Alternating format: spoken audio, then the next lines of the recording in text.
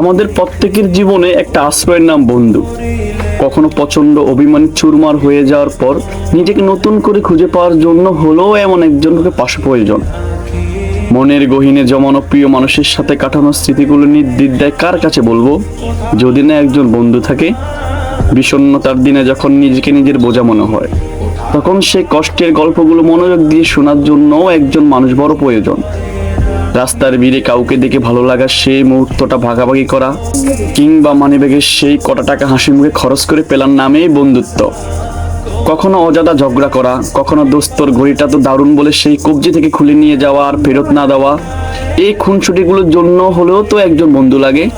রাগী অভিমানে মিশে থাকে এক স্বার্থহীন সম্পর্কের টানাটানি বাঁধনগুলো জীবনে রঙিন করে তোলে।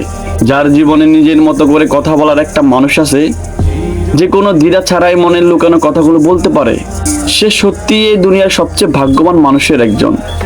ক্লাসের শত শত বন্ধুদের ভিড়ে সবাই বন্ধু হয় না, তবে নিজের একান্ত এক টুকরো আকাশ হয়ে বেঁচে থাকার প্রিয় কোনো এক বন্ধু।